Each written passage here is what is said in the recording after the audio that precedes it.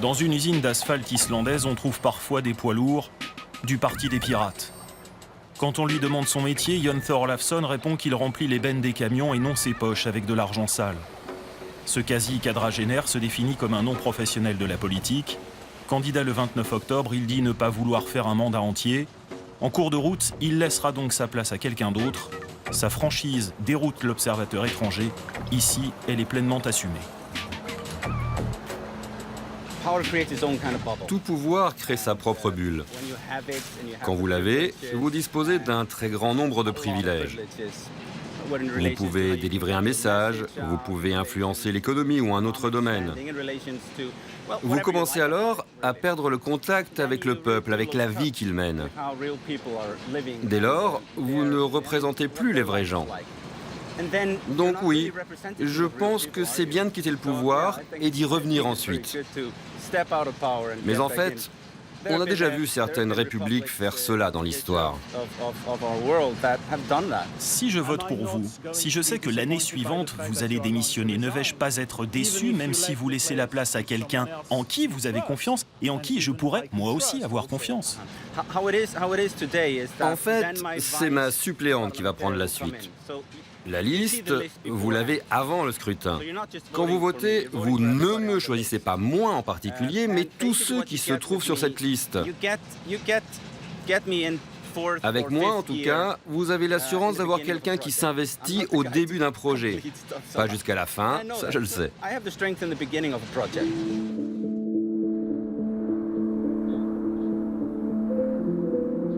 Il fait beau en ce milieu d'automne à Reykjavik. La capitale islandaise est dans un entre-deux climatique avant les longs frimas de l'hiver. Elle est aussi dans un entre-deux électoral. La campagne a commencé. Nulle part ou quasiment, on en trouve une quelconque trace.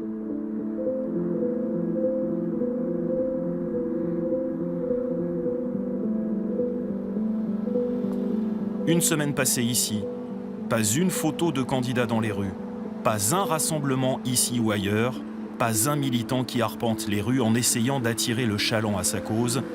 Une campagne, pas vraiment en mode turbo.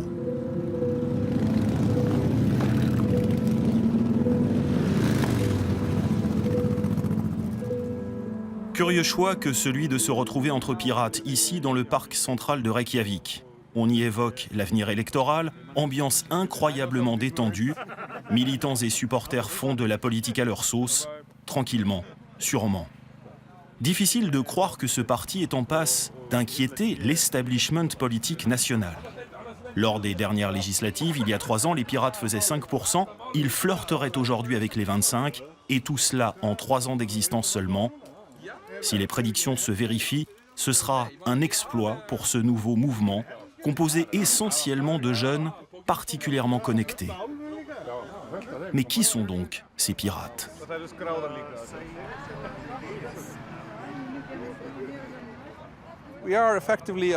Nous sommes actuellement un parti à 5% qui essaie de faire le travail d'un parti qui en a 25%. C'est une tâche difficile parce que si l'on regarde les sondages, on a progressé en très peu de temps. Jusqu'à récemment, nous ne disposions pas vraiment d'une structure militante suffisamment forte pour assumer la responsabilité d'être un jour le parti le plus fort du pays. Mais ça vient vite. On a des gens bien, des quantités de volontaires. Je pense vraiment qu'on est plutôt pas mal durant cette campagne.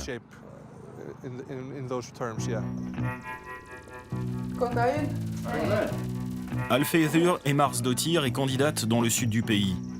Ce matin-là, elle fait le point sur sa campagne avec d'autres membres du parti. Le QG des pirates est un modeste bureau situé dans une zone industrielle en bordure de l'océan Atlantique. Pas ou peu d'argent dans les caisses, pas de bâtiments plus spacieux.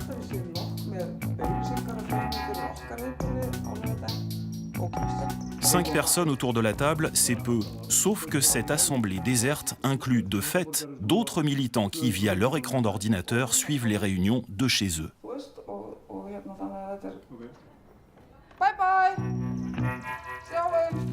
Direction Selfoss, à 50 minutes de route, là où vivent cette jeune femme au foyer, son mari et leurs 2 enfants. Hormis au volant, l'ordinateur, le téléphone, la tablette numérique sont les outils indispensables des pirates. Je pense que c'est une nouvelle façon de faire de la politique. Mais c'est aussi l'aveu explicite que nous devons nous rencontrer, physiquement je veux dire. Nous devons utiliser les nouveaux moyens de communication pour nous organiser, pour rester en contact les uns avec les autres. Il y a beaucoup de régions isolées en Islande.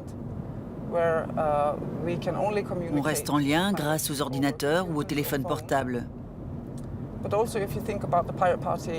Cela permet aussi d'être en lien avec des pirates du monde entier, qui vivent également dans des endroits isolés. Mais oui, c'est bien de se voir. C'est essentiel même. En tout cas, quand on se réunit avec nos appareils, cela permet de faire des réunions avec bien plus de gens que vous ne pouvez en voir autour d'une table.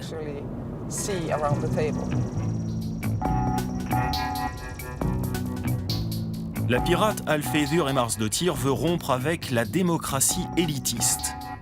Ces flibustiers de la politique islandaise veulent changer la nature même du pouvoir, en finir avec cette conception verticale de l'autorité. Ils souhaitent associer un maximum de citoyens au processus démocratique. Ils entendent également mettre fin à l'opacité qui règne dans les plus hautes sphères de l'État. Les futurs responsables politiques, ils les veulent porteurs d'un tout autre dessein pour le pays.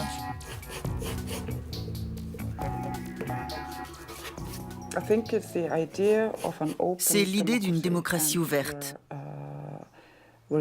Un système qui a l'idée d'organiser des élections tous les 4 ans ou des référendums ajoute celle de voir des citoyens beaucoup plus impliqués dans le processus de décision. C'est aussi l'idée, si toutefois on le souhaite et on le décide, d'avoir beaucoup plus d'informations sur tous les dossiers nécessaires à l'élaboration des décisions politiques. C'est donc donner le pouvoir au peuple et réduire celui du gouvernement. En fait, c'est l'exact inverse de ce que nous avons aujourd'hui. Un gouvernement qui a le pouvoir et le peuple qui n'a qu'un pouvoir limité. L'édifice du Parlement date de 1880. L'idée d'une assemblée commune remonte, elle, à 930. L'Althing est le plus vieux parlement du monde. L'attachement viscéral des Islandais à la démocratie est profondément enraciné dans l'histoire de ce peuple. Cette chambre monocamérale compte 63 députés. 3 sont issus du Parti des Pirates. Birgitta Jónsdóttir est le visage le plus connu du mouvement. Elle préfère tempérer et dire qu'elle n'en est qu'un parmi tant d'autres. Cette poétesse de 49 ans a cofondé les Pirates il y a 4 ans. Elle aussi veut une autre gouvernance et un rapport d'égal à égal avec l'ensemble de ses compatriotes sans aucune distinction. Elle veut l'entrée en vigueur de la nouvelle constitution établie après la crise financière de 2008 qui a durement frappé le pays. Elle ne décolère pas contre l'actuel gouvernement qui, sans même consulter le peuple, a pris une décision de taille en 2013.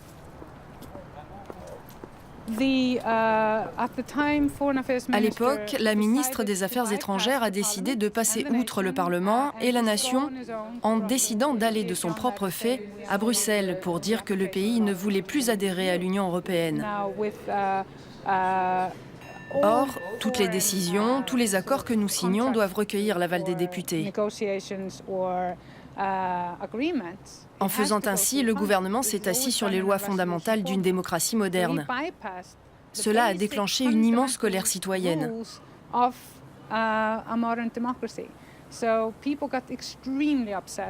Il y a eu des manifestations monstres à l'époque, et c'est à ce moment-là que notre parti a commencé à progresser.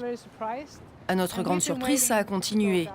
À un moment, nous avons un peu baissé, ce qui est bien parce qu'il ne faut jamais considérer comme acquise la confiance que vous accorde la nation.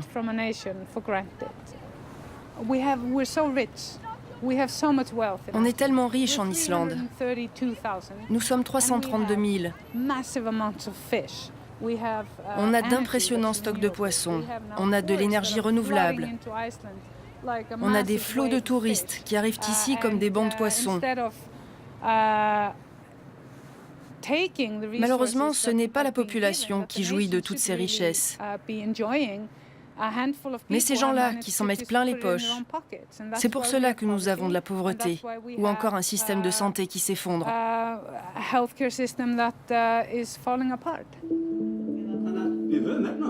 Le système de santé, il en est justement question ce soir-là à la télévision.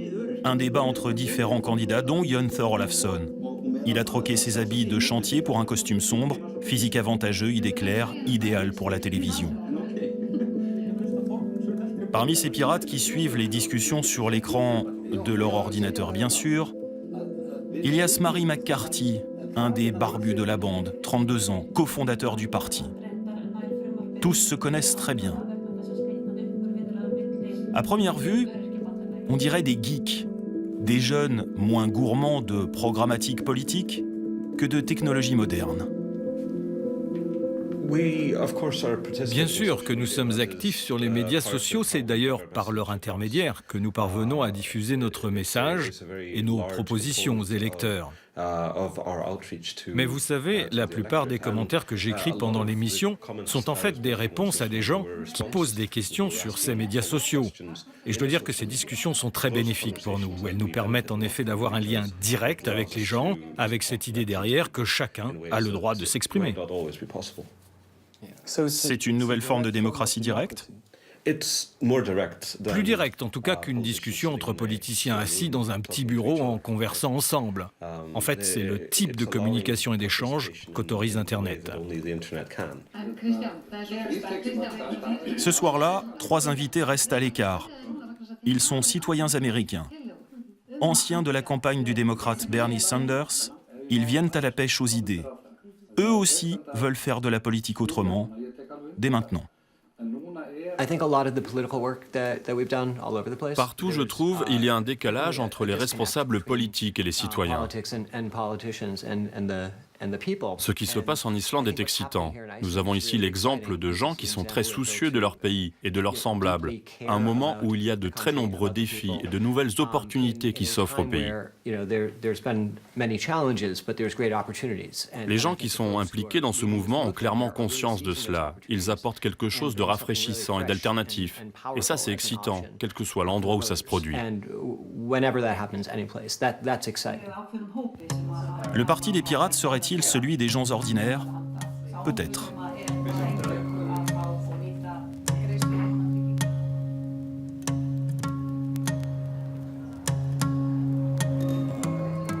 Dimanche matin, nous arpentons les allées du marché aux puces de Reykjavik. Vêtements, disques, vaisselle et autres babioles. On trouve l'essentiel dans ce grand hangar.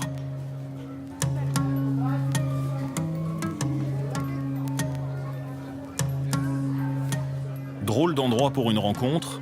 Au détour d'une allée, nous apercevons ce stand occupé par un autre représentant du parti. Ici, on ne part pas à l'assaut des citoyens, on les laisse venir. Tout le contraire en somme, des méthodes agressives de la communication politique moderne.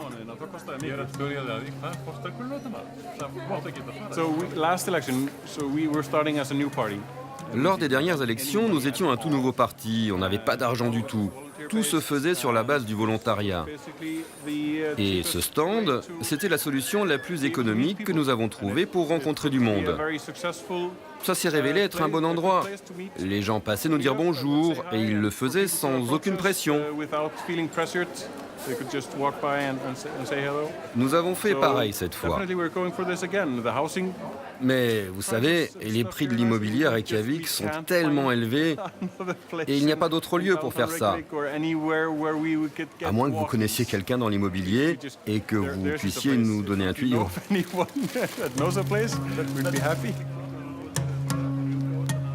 4 ans après avoir cofondé le parti, Smari McCarthy, croisé l'autre soir lors du débat télévisé, reconnaît que le discours des pirates passe mieux.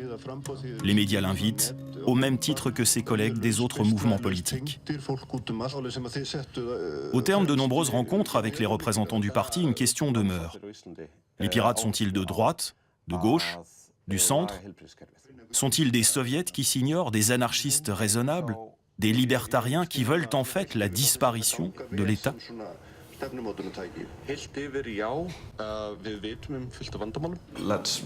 Réduisons par exemple les règles qui entravent la création d'emplois, parce qu'il y en a ici.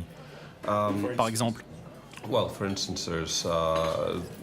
Bien, par exemple, notre loi sur la compétitivité définit un statut dérogatoire pour certains, ce qui permet par exemple l'émergence de géants monopolistiques dans le secteur agricole.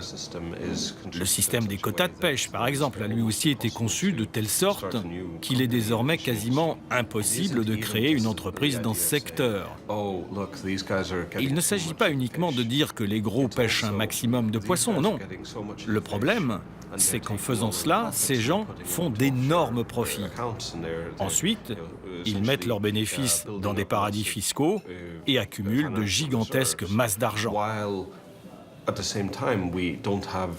Pendant ce temps, nous n'avons pas de routes suffisamment sûres, nous n'avons pas d'hôpitaux décents et nous n'avons pas, je pense, de système éducatif qui permet aux citoyens de prendre en main l'avenir du pays.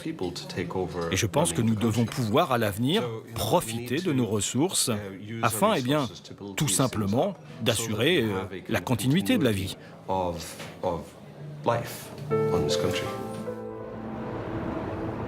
Si la situation économique du pays oblige à relativiser ces propos, il n'en demeure pas moins que la réappropriation citoyenne des ressources, à commencer par celle de la mer, semble une priorité. Les pirates au pouvoir ne voudront pas instaurer la collectivisation soviétique. Le secteur privé et le libéralisme continueront d'exister. À la barre du pays, le parti veut désormais d'authentiques serviteurs du peuple, qui ne confondent pas service public et intérêt privé.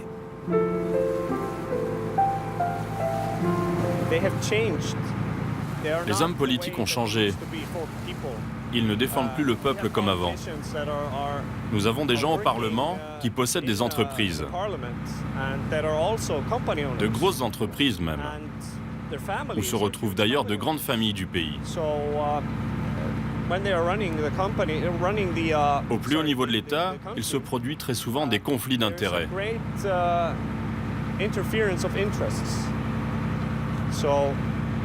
Je pense qu'il est très important de changer cela. Dans le monde entier, il y a un fossé énorme entre le pouvoir et le peuple. Nous sommes sûrs de disposer d'une technologie permettant de le combler.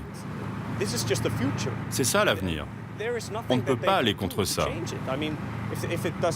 Si ce n'est pas pour maintenant, ce nouveau rapport s'enclenchera plus tard. On est dans une période transitoire où la politique change.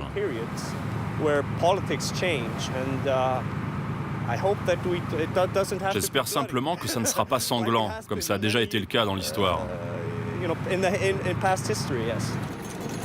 À en croire les pirates, ce n'est qu'au prix d'une transformation du pouvoir que l'Islande sortira de la nasse et redeviendra ce qu'elle n'aurait jamais dû cesser d'être, une république sans le qualificatif de bananière.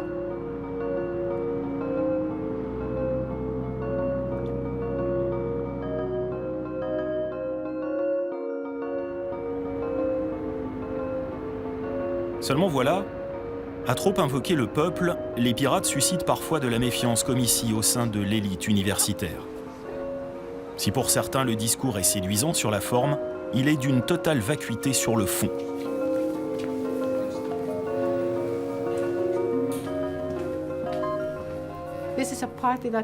C'est un parti qui n'a pas d'idéologie bien définie, qui n'a pas de programme bien défini. Le message qui est délivré est globalement le suivant.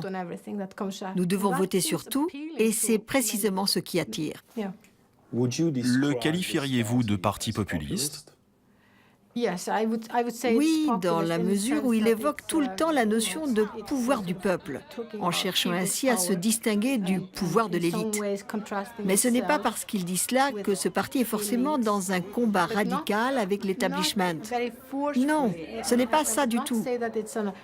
Ce ne sont que des mots qui permettent de délivrer le message suivant. Nous sommes le peuple, nous devons gouverner, nous devons donner aux gens les outils pour être mieux entendus.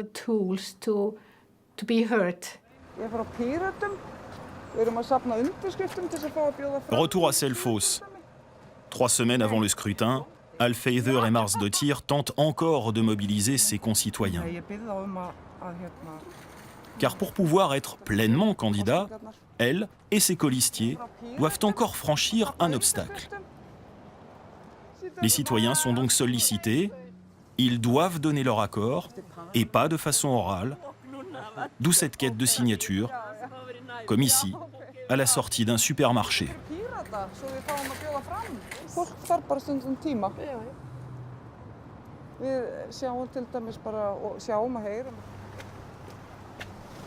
Combien de signatures visez-vous? 400 pour la circonscription du Sud. On y arrive, doucement mais sûrement. En tout cas, les gens qui refusent de signer le font au moins avec le sourire. Est-ce que les choses ont changé par rapport au dernier scrutin? Oui, c'est différent maintenant. Les gens sont beaucoup plus positifs avec nous et on récolte plus vite les signatures qu'avant. Donc oui, définitivement ça change. Dernier jour à Reykjavik, le temps vient de se couvrir. Il en faut bien plus pour impressionner cette jeune femme. Elle est entrée dans le parti à ses débuts, elle y a occupé des fonctions importantes et puis un jour, elle l'a quitté. Selon elle, certains membres du parti ont confisqué le pouvoir. Mais ce n'est pas tout. Pour cette libertarienne, adepte d'un État réduit à sa portion congrue, les pirates virent trop clairement à bâbord.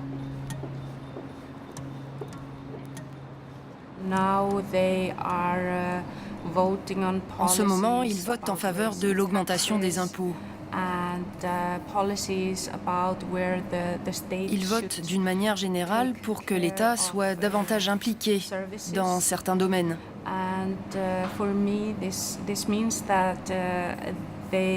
Pour moi, il est clair que les pirates militent en faveur d'un gouvernement plus interventionniste, au lieu d'œuvrer en faveur de la libre participation des citoyens, comme ils l'avaient pourtant proclamé quand le parti est né. Ce n'est vraiment pas pour cela que je me suis engagée. Je suis en désaccord avec ça. Cela veut donc dire, arrêtez-moi si je me trompe, que le parti vire de plus en plus à gauche? À mon avis, oui. Êtes-vous déçu par l'évolution du parti? Oui. Pensez-vous que le parti des pirates est en train de ressembler à n'importe quel autre? C'est possible, oui. Mais peut-être était-ce précisément l'intention de départ, ressembler aux autres.